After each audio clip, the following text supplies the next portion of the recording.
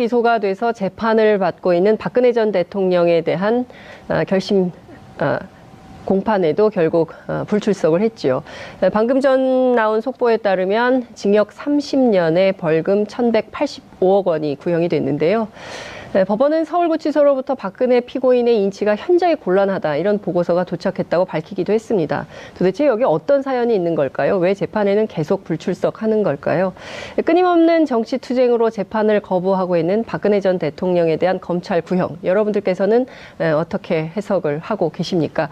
오늘 이 문제를 좀 짚어보려고 합니다. 정의당 노회찬 원내대표 모시고 자세한 말씀 들어보겠습니다. 의원님 어서 오십시오. 네, 안녕하세요. 네, 처음 모셨습니다. 아, 그렇습니다. 시간이 너무 안 맞아가지고. 예, 죄송합니다. 저희 자주 모시고 싶은데. 예, 네. 부르면 오겠습니다. 고정 어떠십니까, 고정? 아유. 그 한 정당의 원내대표를 저희가 고정으로 모시려는 이 욕심. 탐욕인가요?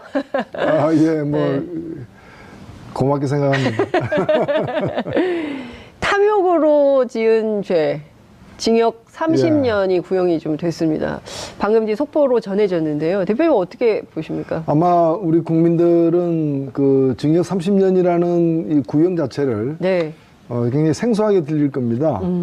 물론 이제 더 높은 이 벌을 줘야 된다라는 네. 그 여론도 당연히 있지만 흔히 보통 20년 이상의 선고나 구형이 잘 없습니다. 우리나라 법정에서. 그렇습니다. 예.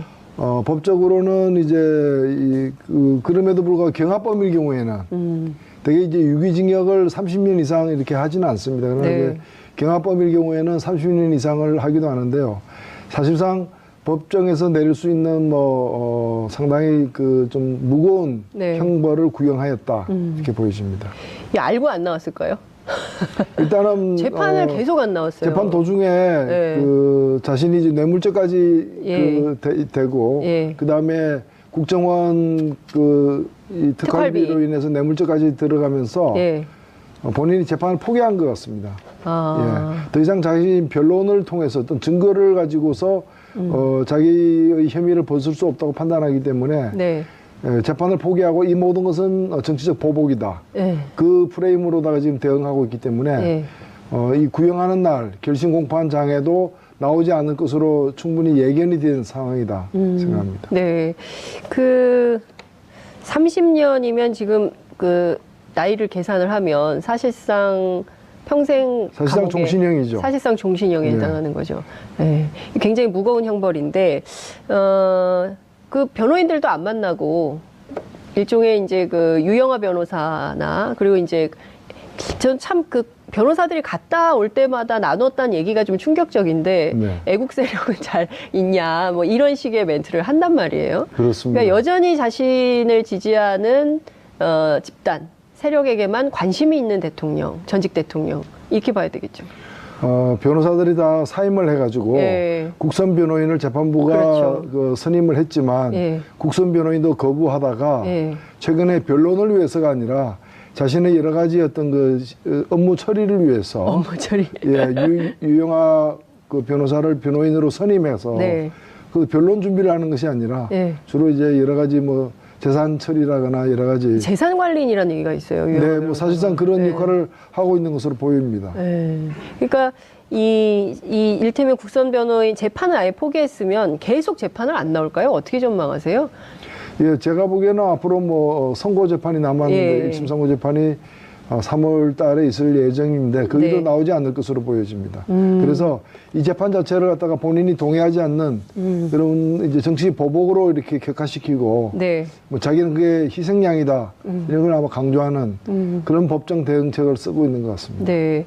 그 우병우 전 수석 같은 경우에도 근데 이제 구형은 8년이었는데 선고는 2년 6월로 나왔기 때문에 이 항소심에서 풀어주려고 하는 거 아니냐라는 의혹의 시선이 있거든요. 그렇습니다. 박근혜 전 대통령의 경우는 어떻게 될 거라고 전망하세요? 우선 우병우 전 수석 같은 경우에는 예. 문체부에 대한 어떤 부당한 인사 개입 같은 게 인정되지 않았습니다. 그리고 이석수 감찰관 등에 대한 어떤 그 업무 방해 행위도 제대로 인정되지 않았고요. 네. 그래서 형량이 상당히 적게 나왔습니다. 그러나 또 국정원 특활비를 갖다 쓴 또 대목이 있기 때문에 그리고 이제 국정원을 통한 불법 사찰의 그 혐의가 또 따로 재판을 받고 있는 게 있기 때문에 그렇게 2심에서 집행유예로 나오기는 쉽지 않을 것이다. 이렇게 보여지고, 박근혜 전 대통령은 예컨대 이재용 씨를 갖다가 이재용 부회장을 뇌물을 준 게 아니라 강탈당했다는 식으로 이제 해서 형량을 줄여서 석방시키지 않았습니까? 네. 사실 그 과정에서 박근혜 대통령은 단순히 뇌물을 받은 게 아니라 그 돈을 강탈한 사람이 되어버리는 네. 결과가 났기 때문에 박근혜 대통령의 책임이 더 가중된 거죠. 그리고 모든 지금 국정농단 사건의 최고 정점에 있고, 그리고 모든 것을 보고받고 지시한 그런 혐의까지 있기 때문에 저는 뭐 박근혜 전 대통령 같은 경우에는 뭐 우병우를 하거나 이런 사람처럼 쉽게 석방될 수는 없는 상황이다, 이렇게 봅니다. 그러면 어쨌든 사실상 종신형에 석방되기도 어렵다면 향후에 있을 재판에도 계속 안 나오고 거부할 가능성도 있겠네요. 그렇습니다. 뭐 모든 재판을 이제 항소심까지도 저는 항소 이유서는 제출하는데 항소심에는 나오지 않는 그럴 가능성이 높다, 이렇게 보여집니다. 아, 그렇군요.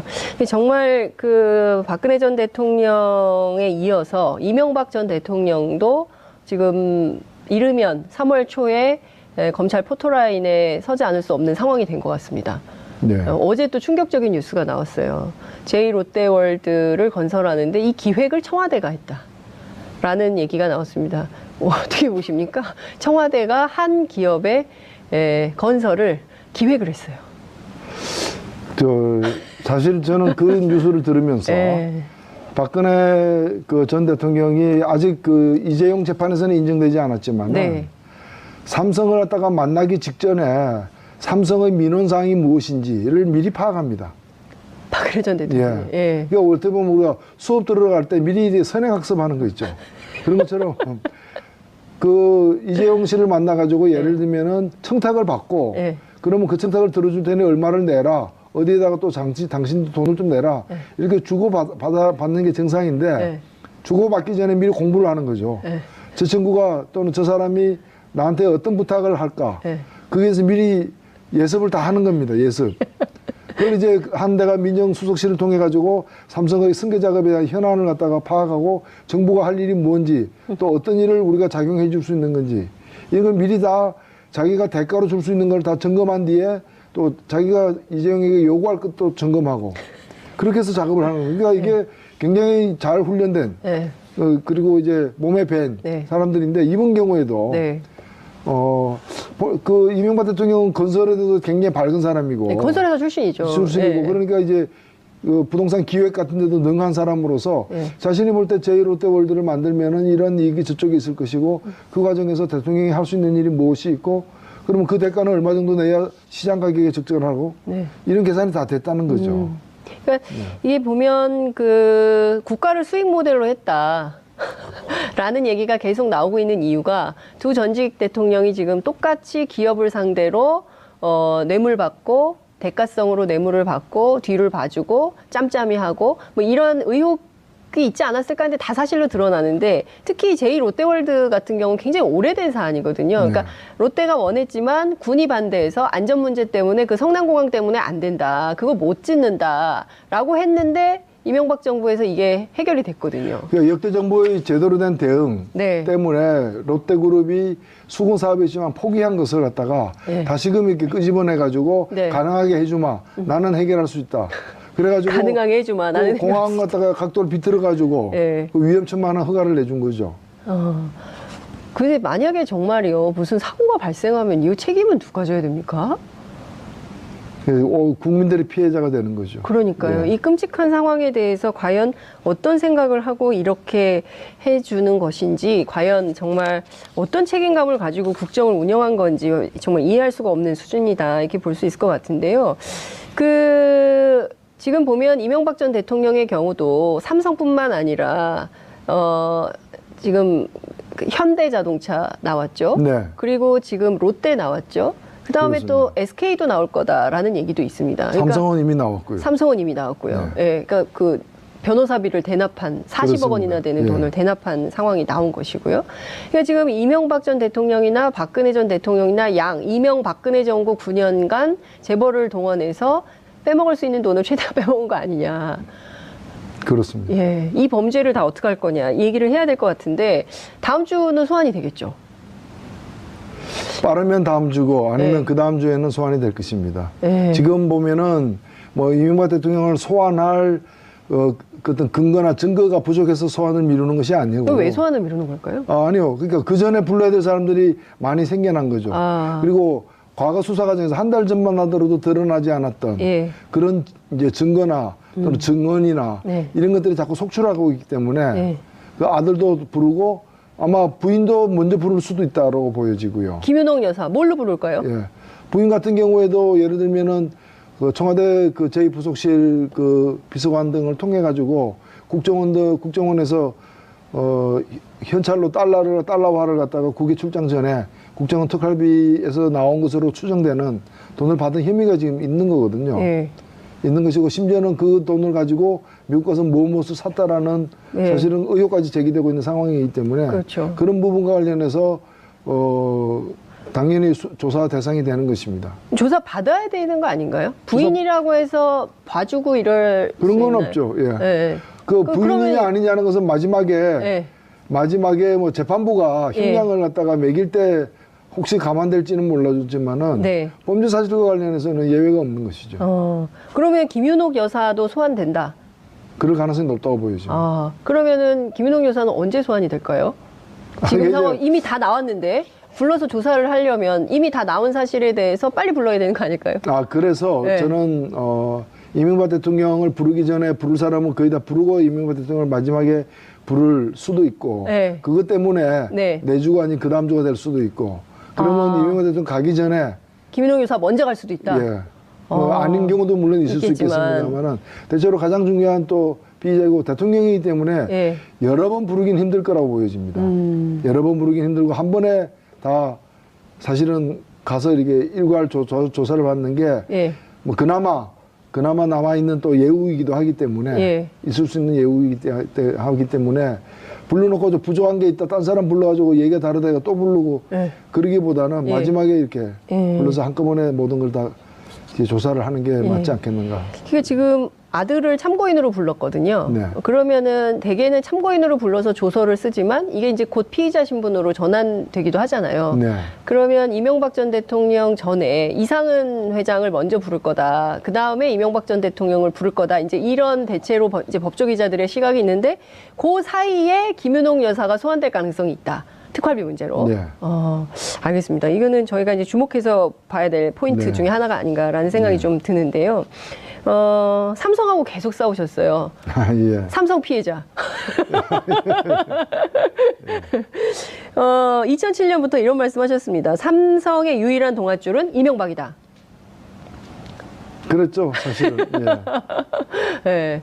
그 삼성과의 유착 관계를 지속적으로 말씀을 하셨는데 2008년 삼성 특검에서도 사실은 크게 된 게 없어요. 그 다음에 바로 이건희 비자금이 엄청나게 나왔지만 그는 원포인트 사면을 이명박 전 대통령이 해줬거든요. 네, 그래서 그렇습니다. 삼성 문제를 다 해결을 해줬어요. 네. 세습도 사실은 박근혜 정부 시절까지 이어서 다 해준 셈 아닙니까? 네, 그렇습니다. 예. 사실 제가 2005년에 삼성 네. 엑스파일의 그 특검 떡값 검사들, 예. 떡검.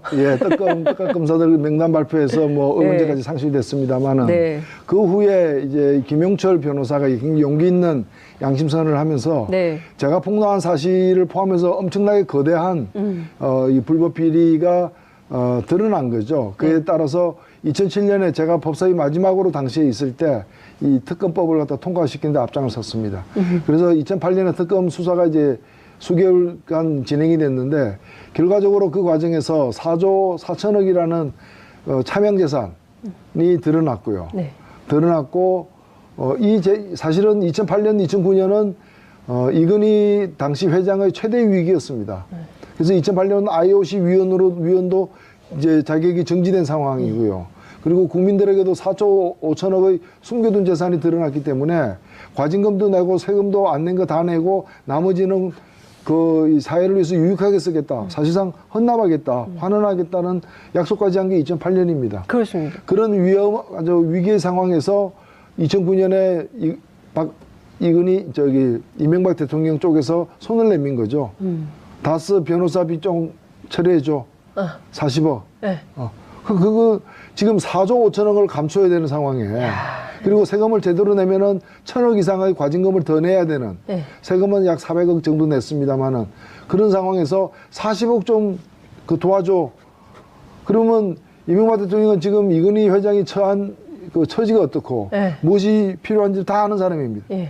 그리고 국세청이라거나 이런데 한마디라도 국민들 시선이 있기 때문에 이 문제는 엄정하게 처리해야 된다 이랬으면 1,000억의 과징금을 내고 뭐 다 재산을 헌납해야 되는 상황이었는데 40억 받고 결국엔 모든 걸 봐준 거죠. 뿐만이 아니라 뭐 이 애프터 서비스로 해가지고 특사까지 완전 무결하게 이렇게 다 해준 거죠. 원스톱 서비스. 원스톱 서비스를 다 해준 거죠. 그리고 드러난 것만 이것이지 이것 이외에도 여러 가지 당시 이미 삼성은 1996년 이후로 승계 작업에 들어갔었습니다. 그렇습니다. 삼성 에버랜드라거나 SDS라거나 계속 재판에서 국세청의 어떤 예리한 칼날을 피해가면서 이렇게 그 돈 안 들이는 승계 작업을 해왔기 때문에 그런 데 대한 지원이 분명히 있었을 것이고요. 나머지 뭐 이 기업들은 다 마찬가지입니다. 현대자동차 그룹도 지금 다스의 일부 변호사 비용을 낸 것으로 의혹을 받고 있고 그렇습니다. 물론 확인되지 않았습니다만 2008년도에 현대자동차 그룹 회장을 갖다가 특별 사면시켜줬고 그 이외에도 현대건설을 인수하는 그런 게임을 벌이고 있었던 것이고요. 그 여러 가지 이제 정부와 그 재벌이 그 대통령과 재벌 총수가 직접 지금 담합해가지고 주고받는 그런 이제 정경유착 과거의 어떤 정경유착보다 훨씬 더 직접적이고 그리고 그다음에 주고받는 금액의 액수가 큰 그런 정경유착이 이명박 정권 하에서 뭐 쉬는 날 없이 빨간 날도 없이 계속되었다. 저는 그렇게 봅니다. 빨간 날도 없이. 노동시간 단축되는데 그들은 빨간 날도 없이 계속 이렇게 유착하면서 정경유착에는 공휴일이 없다. 정경유착에는 공휴일이 없다. 오늘의 노회찬 어록. 정경유착에는 공휴일이 없다. 재밌습니다. 그 40억을 받고 4조 5천억 이익을 봐줬다. 대단한 거 아닙니까? 그렇습니다. 그 삼성 입장에서도 어찌 보면 논하는 장사를 했다. 그 이재용 씨가 최순실 정유라 모녀에게 70억을 주고 3천억이라는 그렇죠. 국민연금을 흔들어 가지고 삼성물산과 제일모직이 합병해서 이익을 취하는 것을 보더라도 이분들은 공짜가 없습니다. 삼성에는 역시 삼성이다. 공짜가 없을 뿐만이 아니라 수십 배, 수백 배의 이익을 창출한다. 70억 내고 3천억 벌 수 있다면 누가 그걸 안 하겠습니까? 근데 그것이 처음 한 일이 아니라는 거죠. 바로 그 선대에서도 같은 일이 이제 40억 주고 뭐 1,000억 이상을 절감하는 그런 거래를 갖다 이명박 시절에 한 거고 그러니까 그게 그대로 안전하게 그것이 이루어졌으니까 박근혜 시대도 또 똑같이. 다른 또 품목을 가지고서 그런 정경유착, 뇌물수수가 이루어졌던 거죠. 이거 이번에 끊어야 되는데요. 촛불혁명이 끊어야 됩니다. 사실은 진짜 이거 이병철 때의 정경유착을 봐줬기 때문에 이건희의 정경유착이 있었고 또 그걸 갖다가 단 하루도 깜빵에 안 가도록 봐줬기 때문에 이재용의 정경유착이 있었던 거거든요. 이걸 이번에 또 이렇게 가서 집행유예로 석방시키면서 솜방망이 처벌을 하게 되면은 4대 세습이 될 거예요. 그래서 이참에 이재용 아들이 또 그럼요. 이 비용을 들여서라도 이걸 끊어내야 되고 그러기 위해서는 지난번 72억이나 뇌물이 간 것이 분명함에도 불구하고 말은 가지 않았다. 이제 말 소유권은 넘기지지 않았다라는 식으로 해가지고 뇌물 액수를 축소해서 결국에는 내보내는 그런 판결을 갖다가 만들어낸 우리나라 이 법원은 각성해야 된다고 봅니다. 정영식 판사가 이 말 비탄화가 이게 지금 독일 마방에 방치돼 있다는 거 아니에요. 그리고 삼성 자산에 등록도 안 돼 있다는 거 아니에요. 그럼 도대체 이 말은 누구 겁니까?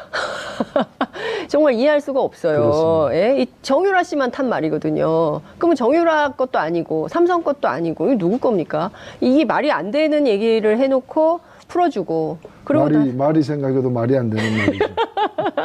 말이 생각해도 말이 안 되는 역시 어록제조기 라는 생각이 좀 듭니다. 아니 진짜 너무 황당한 거예요. 이렇게 풀어주기 시작하면 다 풀어줘야 되거든요. 그러니까 판결의 결론이 이제 석방이 아니라 석방을 목표로 판결을 한 거죠. 석방을 목표로 판결을 한 거다. 짜맞추기 판결일 수밖에 없는 거예요. 근데 이분에 대해서도 청와대에 그 국민청원을 했는데 이 판사 어떻게 할 수가 없다면서요? 예, 뭐 판사는 우리 달리 방법이 없습니다. 그래서 네. 다행히 우리나라가 3심제를 채택하고 있기 때문에 네. 대법원에서 다른 판례도 있고 또 안종범 수첩 같은 것도 이 사람 재판을 그 정영식 판사가 내린 재판에서는 증거로 채택되지 않았지만 네. 다른 모든 재판에서는 증거로 채택됐기 때문에 그런 어떤 이 법리 적용이나 증거 채택의 어떤 변경이 생겨나면은 또 엄한 처벌을 받을 기회가 있다고 보여집니다. 네. 역시 대표님 출연하시니까 댓글이 쏟아지고 있는데요. MB, 돈, 욕심의 끝은 어디인가요? 자, 한 당도 용서할 수가 없다. 무거운 형벌이지만 과연 회개는 할까? 이건 박근혜 전 대통령 얘기하는 것 같고요. 노 의원님, 민주평화당하고 교섭단체 하시나요? 논의해볼 만하지 않나요? 이거 이따가 좀 여쭤볼게요. 깨알 같은 질문이 들어왔는데 이거 먼저 하고 갈까요? 네. 갑자기 얼굴이 빨개지셨어요. 아니요. 원내대표님이라서. 하고 계십니까? 일단은 제가 뭐 몇 번 발표를 했습니다만 저희 당의 입장은 이 문제에 대해서 어떠한 그 공식적인 제안이 현재 없었습니다. 그런 상태에서 저희가 뭘 논의를 한다거나 입장을 세운다거나 또는 제안이 오는 걸 전제로 해서 어떤 얘기를 하는 것은 예의도 아니고 하기 때문에 일단은 뭐 그런 상태고요. 다만 공식적으로 만일 제안이 들어온다면 우리도 공식적으로 검토를 해서 빠르게 결정을 내릴 것입니다. 긍정적이십니까? 부정적이십니까? 어느 쪽도 아닙니다. 저는 뭐 제안의 내용도 보지 않고 얘기를 갖다 하는 거는 좀 상대방의 결정 내리는 과정에도 침해가 되기 때문에. 네. 근데 이걸 흘렸기 때문에 저쪽은 일단 뜻이 있다. 이렇게 볼 수 있지 않을까요? 같이 하고 싶다. 다양한 생각이 있는 걸로 알고 있습니다. 그래요? 16석의 다양한 의견이 있기 때문에 그분들이 합쳐서 단일한 안을 가지고 와야 협상할 수 있다. 네, 그렇습니다. 알겠습니다.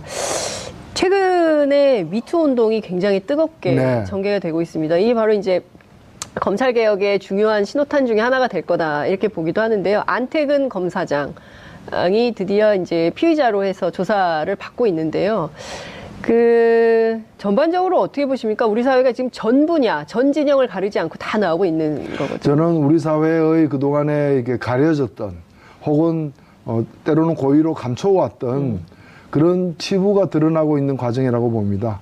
어찌 보면 요즘에 많이 쓰는 용어를 빌자면 이것도 적폐입니다. 남성이라는 우월적 지위 그리고 권력관계라는 그런 우월적 지위를 이용해가지고 성적으로 폭력을 휘두른 거거든요. 그럼요. 이거는 묵과할 수 없는 범죄고 그동안에 우리 사회가 이런 걸 직접이든 간접적이든 또 누구에 의해서든 사실상 용인되는 분위기까지 있었다는 점은 굉장히 부끄러운 현실이라고 저는 생각합니다. 저도 남성의 한 사람으로서 굉장히 부끄럽게 생각을 하고요. 그래서 이 부분을 드러내는 데는 저는 드러내는 것 자체도 굉장히 의미 있는 일이고 힘든 과정이긴 하지만은 저는 뭐 이걸 굳이 정치적 의미를 부여하고 싶지는 않지만은 최근에 촛불 이후에 우리 사회가 전반적으로 각 여러 방면에서 잘못됐던 그런 기득권 내지 어떤 폭력 관계, 권력 관계에서 잘못됐던 일들이 하나하나 드러나면서 바로 잡히는 그런 교정하고 정정하고 바로 잡히는 그런 길을 걷고 있지 않습니까? 이것 역시도 그 일환이라고 저는 생각을 합니다. 하기 때문에 우리 사회가 한 걸음 더 좀 야만적인 사회에서 좀 인간적인 사회로 전진하는 소중한 고통스럽지만 소중한 기회다 이렇게 봅니다. 지금 배우 김여진 씨 같은 경우에 의견을 좀 남겨가지고 또 이제 계속 이게 확산이 좀 되고 있는데요. 이게 어떤 진영 논리 안의 문제로 볼 수 있을까? 그렇지 않습니다. 제가 볼 때는 뭐 진영 논리라는 거는 진영이 있기 때문에 늘 생기는 논리이긴 합니다. 한데 이 문제는 진영을 떠나서 굉장히 심각한 문제고 여기에 굳이 진영의 어떤 여러 사정들을 여기 가지고 와가지고 여기 적용시킬 필요는 없다. 혹 누가 그런 일이 시도되거나 그런 일이 발생하면 그 건에 한해서 좀 엄정하게 얘기를 하면 되는 것이지 미리 예단해가지고 진영 논리까지 끌고 올 필요는 없지 않냐. 왜냐하면 그렇게 함으로써 본의가 아니지만 오해가 생길 수 있고 그 오해는 이 일을 좀 효율적으로 제대로 처리하는데 장애물이 될 수 있기 때문입니다. 알겠습니다. 오해가 생기고 효율적으로 이 사건, 그러니까 문재인 대통령께서 말씀을 참 잘하신 거예요. 수사 가이드라인이 나왔어요. 엄단하라고. 엄단해. 적극적으로 수사해라. 특히나 과거에는 본인이 이렇게 친고죄라고 해서 본인이 신고하지 않으면 조사도 처벌도 안 받고 그 이후로 조사까지도 시도를 안 했는데 이제는 좀 공소시효의 문제는 좀 달라졌기 때문에 엄단해야죠. 어떻습니까? 검찰 내부 굉장히 수직적인 문화가 있고요. 그것 때문에 그 벌건 대낮에 전부 다 있는 그 상갓집에서도 그런 일이 안태근 검사장에 의해서 그런 일이 막 벌어지고 누구도 그 나서서 같이 싸워주지 않고 이건 이제 일단 조직 문화처럼 돼 있었는데 이건 계기로 검찰이 좀 많이 바뀔까요? 바뀌어야 된다고 봅니다. 네. 저는 바뀌기 위해서는 이것이 세상에 드러났다 해서 바뀌는 것이 아니라 네. 엄하게 처벌될 때 바뀔 수 있다. 엄하게 처벌될 때. 엄하게 처벌되지 않으면은 이 일은 또 되풀이될 수밖에 없다. 그런 점에서 우리가 다 지나간 과거 아니냐, 몇십 년 전에 있었던 일 아니냐, 술 먹고 한 일 아니냐라는 변명으로 봐줄 수는 없다. 네. 왜냐하면 앞으로 이런 일이 발생하는 걸 누구도 원하지 않는다면 네. 이번에 눈을 딱 감고 네. 엄하게 처벌해야 된다. 안태근 검사장 어떻게 처벌해야 됩니까? 하여튼 그거는 지금 검찰에서 특별수사단을 만들어서 네. 수사를 하고 있기 때문에 네. 저는 사실 이 문제에 대해서 과연 검찰이 제대로 할 것인가에 대한 의문도 있지만 네. 일단 검찰이 하겠다고 하니까 네. 지켜볼 생각입니다. 지켜볼 생각이 저는 처음부터 외부 전문가 이런 분들이 이 검찰 내에 이런 사례가 더 있는지를 포함해서 조사하는데 투입돼야 된다고 얘기했습니다만은 네. 지금 외부 사람들은 자문기구 정도 수준에 머물러 있거든요. 머물러 있는데 전 사회가 눈을 부릅뜨고 있기 때문에 검찰이 그냥 넘어가지 못할 것이다. 보여집니다. 구속수사 해야 된다라는 의견도 있을 걸로 압니다. 근데 어떻게 될지 저희가 좀 지켜보도록 하고요. 지금 그 또 하나의 쟁점이 형성됐어요. 자유한국당이 왜 이렇게 그 대표님을 미워합니까? 네? 네? 그 보좌관이 꼼꼼하게 다 사실관계를 적시했더라고요. 예, 그렇습니다. 그 사건은 제 보좌관이 법무부의 불법적인 부정청탁에 의해서 특혜받고 들어간 거 아니냐라는 의혹의 문제인데 예. 제가 볼 때는 일단 본인들이 네. 그런 일을 워낙 많이 했기 때문에 남들도 자기들이. 다 그렇게 하는 줄 알았던 청명도 있는 거고 예. 또 권성동 위원장의 그 부정청탁 강원랜드 사건에 보면은 권성동 위원장만 연루된 것이 아니라 자유한국당 현역 의원 5명 그리고 전직 의원 2명, 7명이 연관돼 있거든요.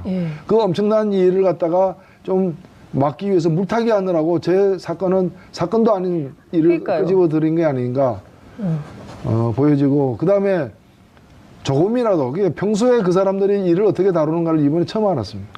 조금이라도 이걸 갖다가 문제 제기하기 위해서 사실관계를 갖다가 이렇게 열어보았으면은 네. 문제 제기 안 했을 거예요. 네. 왜냐하면 해당 비서관이 예.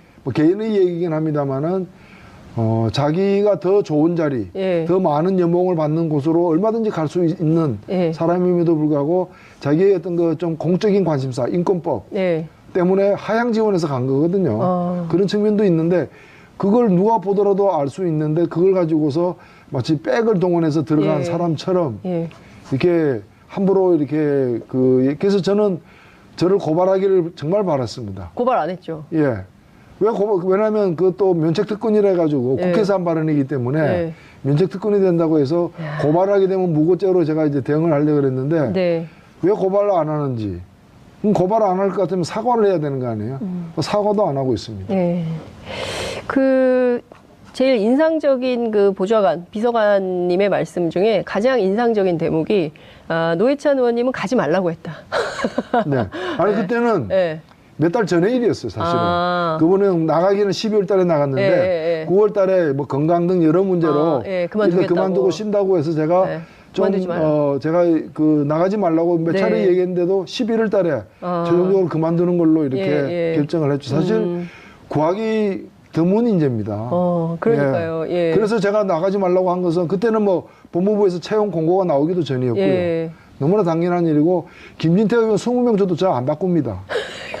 굉장히 귀한 사람입니다. 김진태 의원 20명 줘도 안 바꾼다. 굉장히 귀한 사람입니다. 근데요, 자유한국당 곽상도 의원 있지 않습니까? 지난주에 임종석 비서실장한테 이 강원랜드 채용비리 수사 좀 중단해라. 이런 요구를 했어요. 뭡니까 이거 어떻게 봐야 됩니까? 이분이 청와대도 근무를 했었고, 그렇죠. 그리고 또 법조인이고, 그렇습니다. 청와대 민정수석이 하면 안 되는 일을 하라고 한 거예요. 우병우처럼 좀 해라. 임종석 실장한테 당신도 우병우처럼 해라. 해라 그 얘기죠. 그리고 감옥 가라는 얘기인데 그걸 그 요구를 받아들이면 안 되죠. 청와대가 예. 법무부 일을 갖다 들여다볼 수는 있습니다. 그러나 검사의 수사는 법무부 장관도 지시할 수는 없습니다. 직접 지시는 네. 불가능하거든요. 그렇죠. 그런데 어떻게 청와대에서 거기다 감나라 배나라 할 수 있습니까? 거기다가 우리 당 의원들 수사하는 거 좀 그만두게 해라. 네. 두 번, 세 번 수사했는데 왜 또 하느냐. 예. 앞에 수사가 어느 때 했습니까? 자기들 정권 때 한 거 아니에요. 잘못됐으니까 이제야 바로 한다고 하는 거잖아요. 그렇죠. 그러니까 정말 그거는 뭐 범죄자 풀어주라는 얘기하고 똑같은 얘기죠. 곽상도 의원이 사실상 임종석 실장님 감옥 보내려고 이런 프로젝트를 하는 걸까요? 어떻게 봐야 됩니까? 순간적으로 우병우 수석으로 보였겠죠. 순간적으로. 네. 아, 자기들이 그렇게 했었으니까. 그렇죠. 과거에 우리는 그렇게 했는데 당신네들은 왜 그렇게 안 하는 그렇죠. 거야? 그렇게 하라. 이런 식인 거네요. 저는 이 얘기가 되게 재밌었어요. 일선 검사들이 과잉 수사하면 균형을 잡아주는 게 청와대 민정수석의 업무다. 예, 제가 그런 말을 듣고 드리고 싶은 말씀은 네. 그러니까 탄핵당했지, 이 사람아.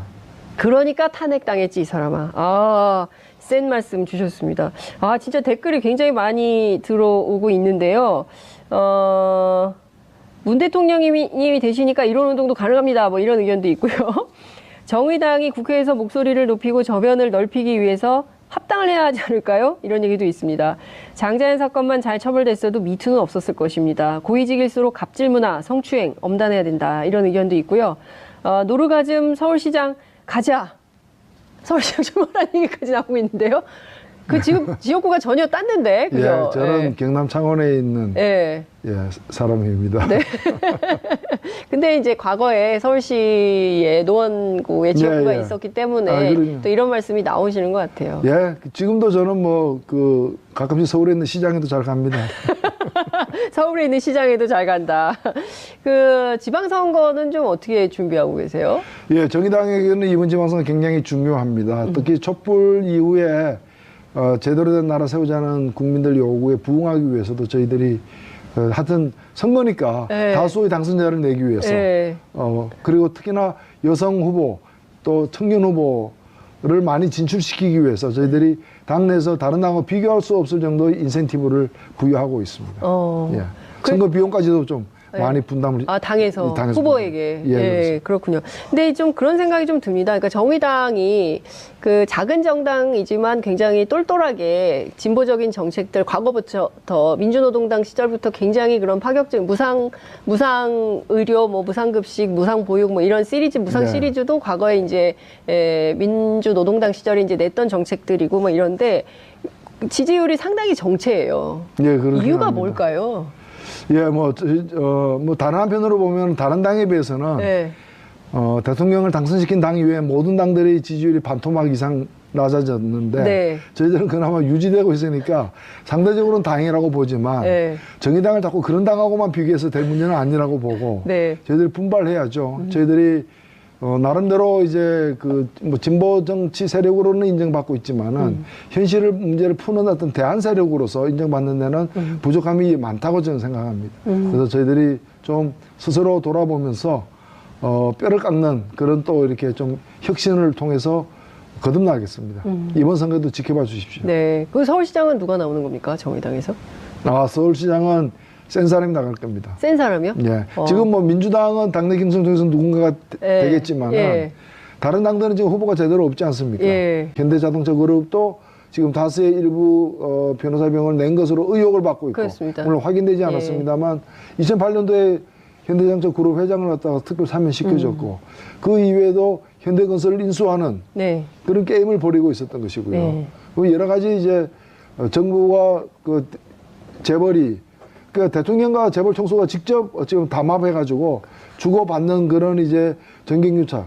과거의 어떤 정경유착보다 훨씬 더 직접적이고, 그다음에 주고받는 금액의 액수가 큰 그런 정경유착이 이명박 정권 하에서, 뭐, 쉬는 날 없이, 빨간 날도 없이 계속되었다. 저는 그렇게 봅니다. 빨간 날도 없이. 노동시간 단축되는데 그들은 빨간 날도 없이 계속 이렇게 유착하면서. 정경유착에는 공휴일이 없다. 정경유착에는 공휴일이 없다. 아, 오늘의 노회찬 어록. 정경유착에는 공휴일이 없다. 아, 재밌습니다. 그 40억을 받고 4조 5천억 이익을 봐줬다. 이게 대단한 거 아닙니까? 그렇습니다. 네. 그 삼성 입장에서도 어찌 보면 논하는 장사를 했다. 그 이재용 씨가 최순실 정유라 모녀에게 네. 70억을 주고 3천억이라는 그렇죠. 그 국민연금을 흔들어 가지고 삼성물산과 제일모직이 합병해서 이익을 취하는 네. 것을 보더라도 이분들은 공짜가 없습니다. 삼성에는 역시 삼성이라 공짜가 없을 뿐만 아니라 수십 배 수백 배의 이익을 창출한다. 네. 70억 내고 3천억 벌 수 있다면 누가 그걸 안 하겠습니까? 근데 그것이 처음 한 일이 아니라는 거죠. 바로 그 선대에서도 네. 같은 일이 이제 40억 주고 뭐 1,000억 이상을 절감하는 네. 그런 거래를 갖다 이명박 시절에 한 거고, 그러니까 그게 그대로 안전하게 그것이 이루어졌으니까 박근혜 시대도 또 똑같이 예, 다른 또 품목을 가지고서 그런 정경유착, 뇌물수수가 이루어졌던 거죠. 이거 이번에 끊어야 되는데요. 촛불혁명이 끊어야 됩니다. 사실은 진짜 이거 이병철 네? 때의 정경유착을 네. 봐줬기 때문에 이근희의 정경유착이 있었고, 이병철. 또 그걸 갖다가 단 하루도 깜빵에 안 가도록 봐줬기 때문에 네. 이재용의 정경유착이 있었던 거거든요. 이걸 이번에 또 이렇게 가서 집행유예로 석방시키면서 솜방망이 처벌을 하게 되면은 4대 세습이 될 거예요. 그래서 이참에 이재용 아들이 또 그럼요. 네. 이 비용을 들여서라도 이걸 끊어내야 되고, 그러기 위해서는 지난번 72억이나 뇌물이 간 것이 분명함에도 불구하고 말은 가지 않았다. 이제 말 소유권은 넘겨지지 않았다라는 식으로 해가지고 뇌물 액수를 축소해서 결국에는 내보내는 그런 판결을 갖다가 만들어낸 우리나라 이 법원은 각성해야 된다고 봅니다. 정영식 판사가 이 말 비타나가 네. 예, 이게 지금 독일 마방에 방치돼 있다는 거 아니에요. 그리고 삼성 자산에 등록도 안 돼 있다는 거 아니에요. 그럼 도대체 이 말은 누구 겁니까? 정말 이해할 수가 없어요. 예? 이 정유라 씨만 탄 말이거든요. 그러면 정유라 것도 아니고 삼성 것도 아니고 이게 누구 겁니까? 이게 말이 안 되는 얘기를 해놓고 풀어주고, 그리고 말이 생각해도 말이 안 되는 말이죠. 말이 생각해도 말이 안 되는, 역시 어록제조기 라는 생각이 좀 듭니다. 아니 진짜 너무 황당한 거예요. 이렇게 풀어주기 시작하면 다 풀어줘야 되거든요. 그러니까 판결의 결론이 이제 석방이 아니라 네. 석방을 목표로 판결을 한 거죠. 석방을 목표로 판결을 한 거다. 네. 야. 짜맞추기 판결일 수밖에 없는 거예요. 네. 근데 이분에 대해서도 청와대에 그 국민청원을 했는데 이 판사 어떻게 할 수가 없다면서요? 예, 뭐 판사는 우리 달리 방법이 없습니다. 그래서 다행히 우리나라가 3심제를 채택하고 있기 때문에 대법원에서 다른 판례도 있고 또 안종범 수첩 같은 것도 이 사람 재판을 그 정영식 판사가 내린 재판에서는 증거로 채택되지 않았지만 다른 모든 재판에서는 증거로 채택돼 있기 때문에 그런 어떤 이 법리 적용이나 증거 채택의 어떤 변경이 생겨나면은 또 엄한 처벌을 받을 기회가 있다고 보여집니다. 네, 그 역시 대표님 출연하시니까 댓글이 쏟아지고 있는데요. MB 돈 욕심의 끝은 어디인가요? 자한당도 용서할 수가 없다. 무거운 형벌이지만 과연 회개는 할까? 이건 박근혜 전 대통령 얘기하는 것 같고요. 노 의원님, 민주평화당하고 교섭단체 하시나요? 논의해볼 만하지 않나요? 이거 이따가 좀 여쭤볼게요. 깨알 같은 질문이 들어왔는데 이거 먼저 하고 갈까요? 네. 갑자기 얼굴이 빨개지셨어요. 아니요. 원내대표님이라서. 하고 계십니까? 일단은 제가 뭐 몇 번 발표를 했습니다만 저희 당의 입장은 이 문제에 대해서 어떠한 그 공식적인 제안이 현재 없었습니다. 그런 상태에서 저희가 뭘 논의를 한다거나 입장을 세운다거나 또는 제안이 오는 걸 전제로 해서 어떤 얘기를 하는 것은 예의도 아니고 하기 때문에 일단은 뭐 그런 상태고요. 다만 공식적으로 만일 제안이 들어온다면 우리도 공식적으로 검토를 해서 빠르게 결정을 내릴 것입니다. 긍정적이십니까? 부정적이십니까? 어느 쪽도 아닙니다. 저는 뭐 제안의 내용도 보지 않고 얘기를 갖다 하는 거는 좀 상대방의 결정 내리는 과정에도 침해가 되기 때문에. 네. 근데 이걸 흘렸기 때문에. 가지고 미국 가서 무엇을 샀다라는 사실은 의혹까지 제기되고 있는 상황이기 때문에. 그런 부분과 관련해서 당연히 조사 대상이 되는 것입니다. 조사 받아야 되는 거 아닌가요? 부인이라고 해서 봐주고 이럴 그런 건 없죠. 예. 그 부인이냐 아니냐는 것은 마지막에 뭐 재판부가 형량을 갖다가 매길 때 혹시 감안될지는 몰라줬지만은 네. 범죄 사실과 관련해서는 예외가 없는 것이죠. 그러면 김윤옥 여사도 소환된다? 그럴 가능성이 높다고 보여집니다. 그러면은 김윤옥 여사는 언제 소환이 될까요? 지금 상황 이미 다 나왔는데 불러서 조사를 하려면 이미 다 나온 사실에 대해서 빨리 불러야 되는 거 아닐까요?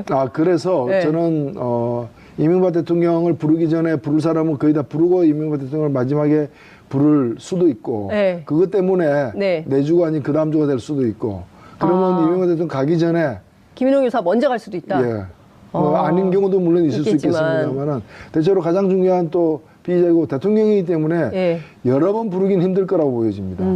여러 번 부르긴 힘들고 한 번에 다 사실은 가서 이렇게 일괄 조사를 받는 게 예. 뭐 그나마 남아있는 또 예우이기도 하기 때문에 예. 있을 수 있는 예우이기 하기 때문에 불러놓고 좀 부족한 게 있다 딴 사람 불러가지고 얘기가 다르다가 또 부르고 예. 그러기보다는 예. 마지막에 이렇게 예. 불러서 한꺼번에 모든 걸 다 조사를 하는 게 맞지 않겠는가. 그게 지금 아들을 참고인으로 불렀거든요. 네. 그러면은 대개는 참고인으로 불러서 조서를 쓰지만 이게 이제 곧 피의자 신분으로 전환되기도 하잖아요. 네. 그러면 이명박 전 대통령 전에 이상은 회장을 먼저 부를 거다. 그 다음에 이명박 전 대통령을 부를 거다. 이제 이런 대체로 이제 법조기자들의 시각이 있는데 그 사이에 김윤옥 여사가 소환될 가능성이 있다. 특활비 문제로. 네. 알겠습니다. 이거는 저희가 이제 주목해서 봐야 될 포인트 네. 중에 하나가 아닌가라는 생각이 좀 드는데요. 삼성하고 계속 싸우셨어요. 예. 삼성 피해자. 2007년부터 이런 말씀하셨습니다. 삼성의 유일한 동아줄은 이명박이다. 그렇죠, 사실은. 예. 네. 그 삼성과의 유착 관계를 지속적으로 말씀을 하셨는데 2008년 삼성 특검에서도 사실은 크게 된 게 없어요. 그 다음에 바로 이건희 비자금이 엄청나게 나왔지만 그는 원포인트 사면을 이명박 전 대통령이 해줬거든요. 네, 그 삼성 문제를 다 해결을 해줬어요. 네. 세습도 사실은 박근혜 정부 시절까지 이어서 다 해준 셈 아닙니까? 네, 그렇습니다. 네. 사실 제가 2005년에 삼성 네. 엑스파일의 그 특검 떡값 검사들, 네. 떡검. 떡값 검사들 명단 발표해서 뭐 의원제까지 상실이 됐습니다만은 네. 그 후에 이제 김용철 변호사가 용기 있는 양심선언을 하면서 네. 제가 폭로한 사실을 포함해서 엄청나게 거대한 이 불법 비리가 드러난 거죠. 그에 따라서 2007년에 제가 법사위 마지막으로 당시에 있을 때 이 특검법을 갖다 통과시키는데 앞장을 섰습니다. 그래서 2008년에 특검 수사가 이제 수개월간 진행이 됐는데 결과적으로 그 과정에서 4조 4천억이라는 차명 재산이 드러났고요. 네.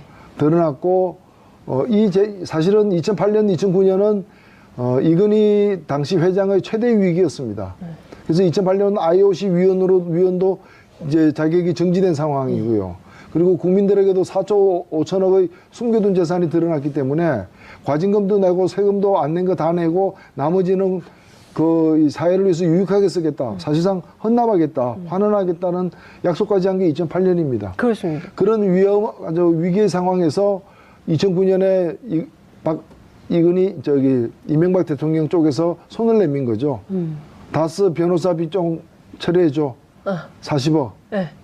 그거 지금 4조 5천억을 감춰야 되는 상황에 그리고 세금을 제대로 내면은 1,000억 이상의 과징금을 더 내야 되는 네. 세금은 약 400억 정도 냈습니다만은 그런 상황에서 40억 좀 도와줘.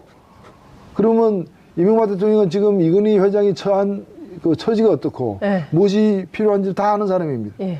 그리고 국세청이라거나 이런데 한마디라도 국민들 시선이 있기 때문에 이 문제는 엄정하게 처리해야 된다 이랬으면 1,000억의 과징금을 내고 뭐 다 재산을 헌납해야 되는 상황이었는데 40억 받고 결국엔 모든 걸 봐준 거죠. 뿐만이 아니라 뭐 이 애프터 서비스로 해가지고 특사까지 완전 무결하게 이렇게 다 해준 거죠. 원스톱 서비스. 원스톱 서비스를 다 해준 거죠. 그리고 드러난 것만 이것이지 이것 이외에도 여러 가지 당시 이미 삼성은 1996년 이후로 승계 작업에 들어갔었습니다. 그렇습니다. 삼성 에버랜드라거나 SDS라거나 계속 재판에서 국세청의 어떤 예리한 칼날을 피해가면서 이렇게 그 돈 안 들이는 승계 작업을 해왔기 때문에 그런 데 대한 지원이 분명히 있었을 것이고요.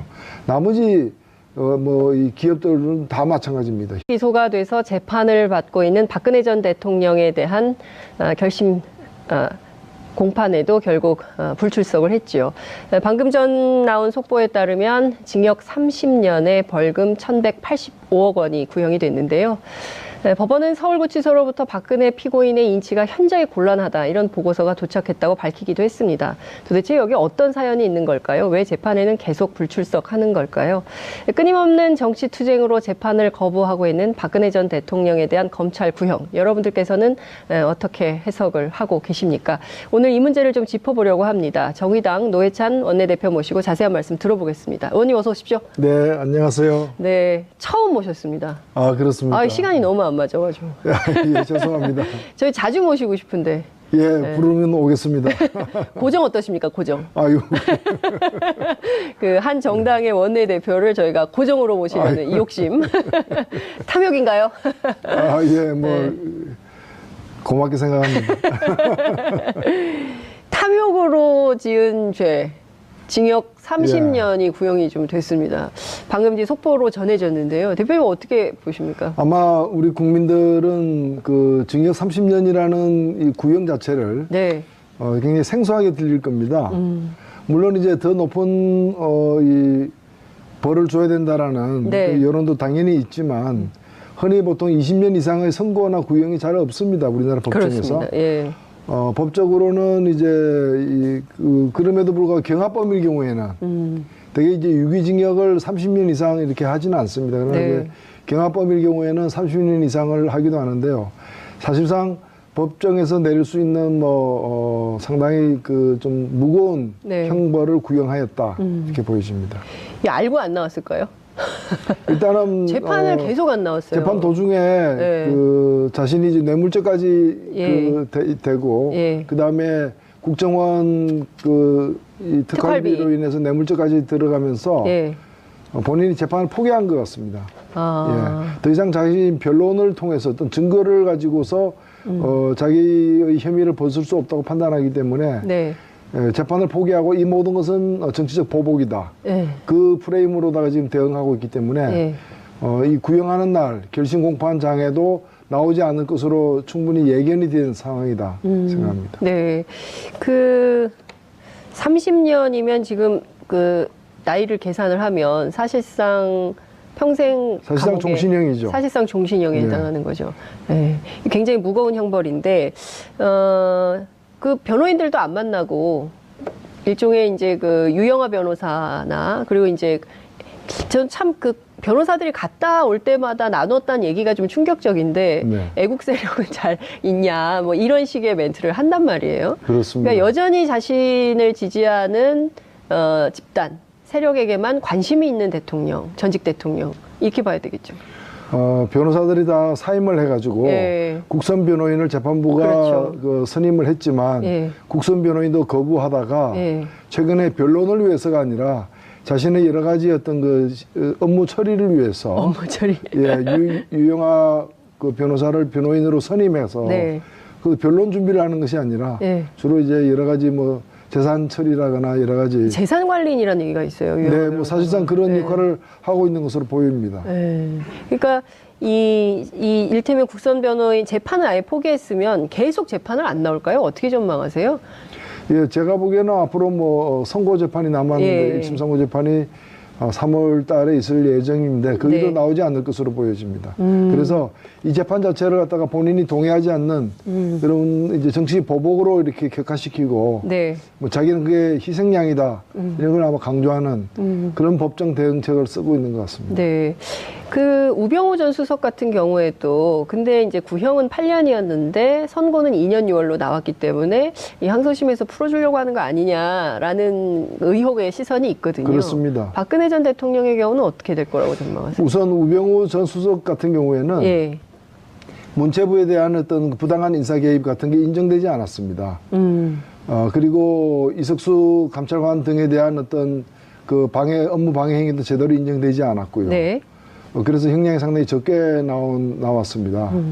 그러나 또 국정원 특활비를 갖다 쓴 또 대목이 있기 때문에 그리고 이제 국정원을 통한 불법 사찰의 그 혐의가 또 이 따로 재판을 받고 있는 게 있기 때문에 그렇게 2심에서 집행유예로 나오기는 쉽지 않을 것이다.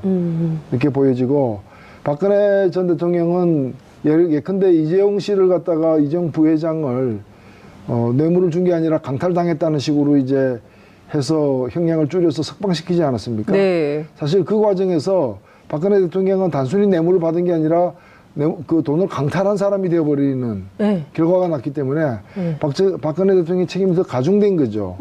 그리고 모든 지금 국정농단 사건의 최고 정점에 있고, 그리고 모든 것을 보고받고 지시한 그런 혐의까지 있기 때문에 저는 뭐 박근혜 전 대통령 같은 경우에는 뭐 우병우를 하거나 이런 사람처럼 쉽게 석방될 수는 없는 상황이다, 이렇게 봅니다.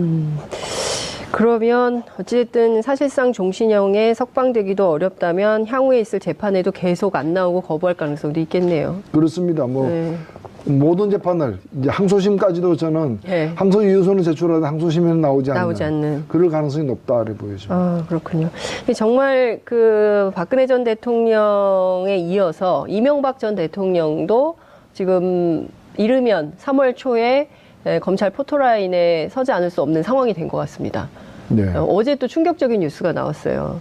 제2롯데월드를 건설하는데 이 기획을 청와대가 했다라는 얘기가 나왔습니다. 어떻게 보십니까? 청와대가 한 기업의 건설을 기획을 했어요. 사실 저는 그 뉴스를 들으면서 박근혜 그 전 대통령이 아직 그 이재용 재판에서는 인정되지 않았지만 삼성을 갖다가 만나기 직전에 삼성의 민원사항이 무엇인지를 미리 파악합니다. 박근혜 전 대통령. 그러니까 어떻게 보면 우리가 수업 들어갈 때 미리 선행학습하는 거 있죠. 그런 것처럼 그 이재용 씨를 만나가지고 예를 들면은 청탁을 받고 그러면 그 청탁을 들어줄 테니 얼마를 내라. 어디에다가 또 당신도 돈을 좀 내라.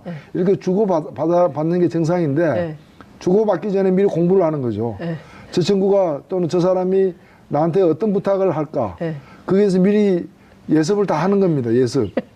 그걸 이제 한 데가 민정수석실을 통해 가지고 삼성의 승계 작업에 대한 현안을 갖다가 파악하고 정부가 할 일이 뭔지 또 어떤 일을 우리가 작용해 줄 수 있는 건지 이걸 미리 다 자기가 대가로 줄 수 있는 걸 다 점검한 뒤에 또 자기가 이재용에게 요구할 것도 점검하고 그렇게 해서 작업을 하는 거예요. 그러니까 이게 굉장히 잘 훈련된 그리고 이제 몸에 밴 사람들인데 이번 경우에도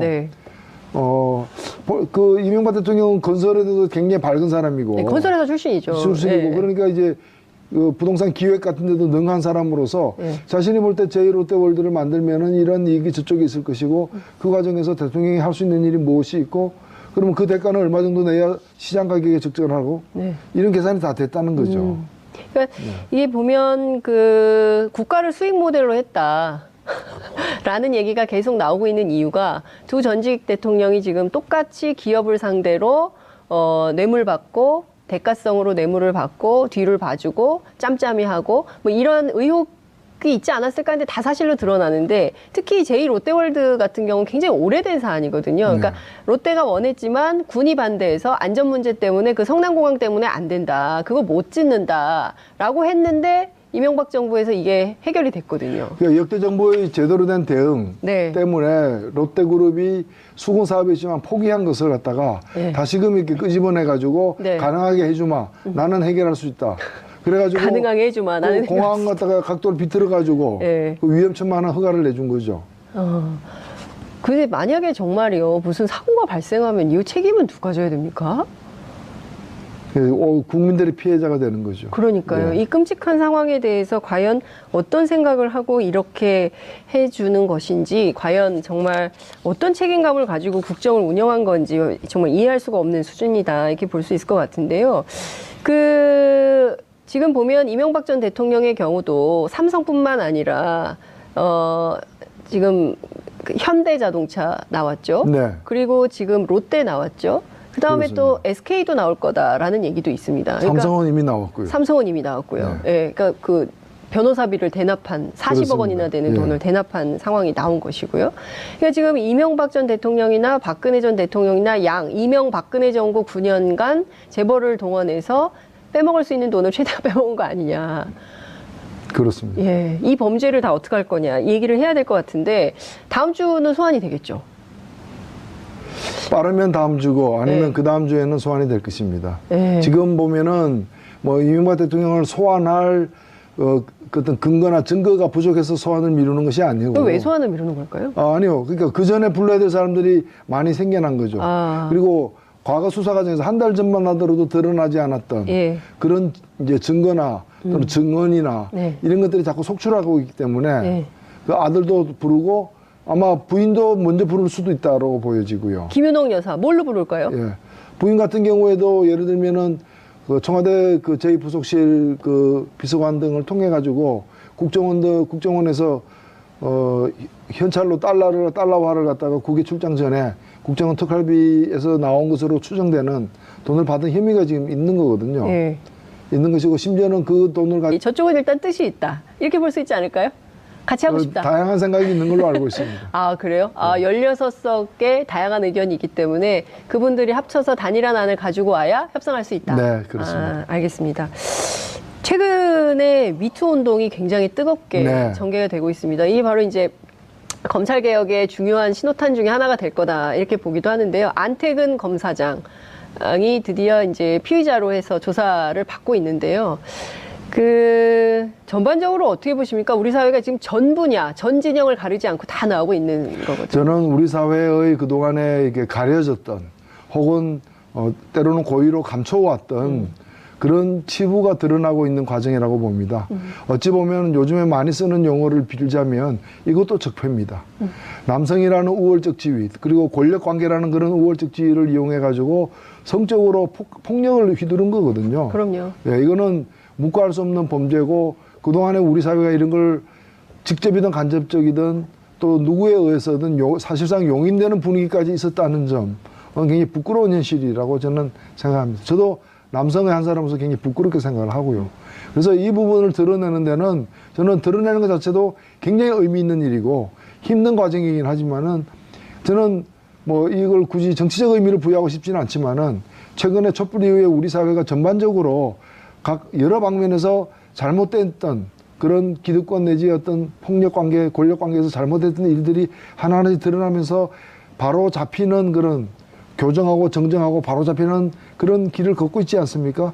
이것 역시도 그 일환이라고 저는 생각을 합니다. 네. 하기 때문에 우리 사회가 한 걸음 더 좀 야만적인 사회에서 좀 인간적인 사회로 전진하는 소중한 고통스럽지만 소중한 기회다 이렇게 봅니다. 이 지금 그 배우 김여진 씨 같은 경우에 의견을 좀 남겨가지고 네. 또 이제 계속 이게 확산이 좀 되고 있는데요. 이게 어떤 진영 논리 안의 문제로 볼 수 있을까? 그렇지 않습니다. 제가 볼 때는 뭐 진영 논리라는 거는 진영이 있기 때문에 늘 생기는 논리이긴 합니다. 네. 한데 이 문제는 진영을 떠나서 굉장히 심각한 문제고 여기에 굳이 진영의 어떤 여러 사정들을 여기 가지고 와가지고 여기 적용시킬 필요는 없다. 혹 누가 그런 일이 시도되거나 그런 일이 발생하면 그 건에 한해서 좀 엄정하게 얘기를 하면 되는 것이지 미리 예단해가지고 진영 논리까지 끌고 올 필요는 없지 않냐. 왜냐하면 그렇게 함으로써 본의가 아니지만 오해가 생길 수 있고 그 오해는 이 일을 좀 효율적으로 제대로 처리하는데 장애물이 될 수 있기 때문입니다. 알겠습니다. 오해가 생기고 효율적으로 이 사건, 그러니까 문재인 대통령께서 말씀을 참 잘하신 거예요. 네. 예, 그 수사 가이드라인이 나왔어요. 엄단하라고. 엄단해. 적극적으로 수사해라. 예, 특히나 과거에는 본인이 이렇게 친고죄라고 해서 본인이 신고하지 않으면 조사도 처벌도 안 받고 그 이후로 조사까지도 시도를 안 했는데 이제는 좀 공소시효의 문제는 좀 달라졌기 때문에 엄단해야죠. 어떻습니까? 검찰 내부 굉장히 수직적인 문화가 있고요. 그것 때문에 그 벌건 대낮에 전부 다 있는 그 상갓집에서도 그런 일이 안태근 검사장에 의해서 그런 일이 막 벌어지고 누구도 나서서 같이 싸워주지 않고 이건 이제 일단 조직 문화처럼 돼 있었는데 이건 계기로 검찰이 좀 많이 바뀔까요? 바뀌어야 된다고 봅니다. 저는 바뀌기 위해서는 이것이 세상에 드러났다 해서 바뀌는 것이 아니라 엄하게 처벌될 때 바뀔 수 있다. 엄하게 처벌될 때. 엄하게 처벌되지 않으면은 이 일은 또 되풀이될 수밖에 없다. 그런 점에서 우리가 다 지나간 과거 아니냐, 몇십 년 전에 있었던 일 아니냐, 술 먹고 한 일 아니냐라는 변명으로 봐줄 수는 없다. 왜냐하면 앞으로 이런 일이 발생하는 걸 아무도 누구도 원하지 않는다면 예. 이번에 눈을 딱 감고 예. 엄하게 처벌해야 됩니다. 안태근 검사장 어떻게 처벌해야 됩니까? 예, 하여튼 그거는 지금 검찰에서 특별수사단을 만들어서 예. 수사를 하고 있기 때문에 예. 저는 사실 이 문제에 대해서 과연 검찰이 제대로 할 것인가에 대한 의문도 있지만 네. 일단 검찰이 하겠다고 하니까 네. 지켜볼 생각입니다. 지켜볼 생각이 저는 처음부터 외부 전문가 이런 분들이 이 검찰 내에 이런 사례가 더 있는지를 포함해서 조사하는데 투입돼야 된다고 얘기했습니다만은 네. 지금 외부 사람들은 자문기구 정도 수준에 머물러 있거든요. 머물러 있는데 전 사회가 눈을 부릅뜨고 있기 때문에 검찰이 그냥 넘어가지 못할 것이다 보여집니다. 그 구속 수사 해야 된다라는 의견도 있을 걸로 압니다. 근데 어떻게 될지 저희가 좀 지켜보도록 하고요. 지금 그 또 하나의 쟁점이 형성됐어요. 자유한국당이 왜 이렇게 그 대표님을 미워합니까? 네? 뭐 네? 그 보좌관이 꼼꼼하게 다 사실관계를 적시했더라고요. 예, 그렇습니다. 그 사건은 제 보좌관이 뭐 법무부의 불법적인 부정청탁에 의해서 특혜받고 들어간 거 아니냐라는 의혹의 문제인데 예. 제가 볼 때는 그 일단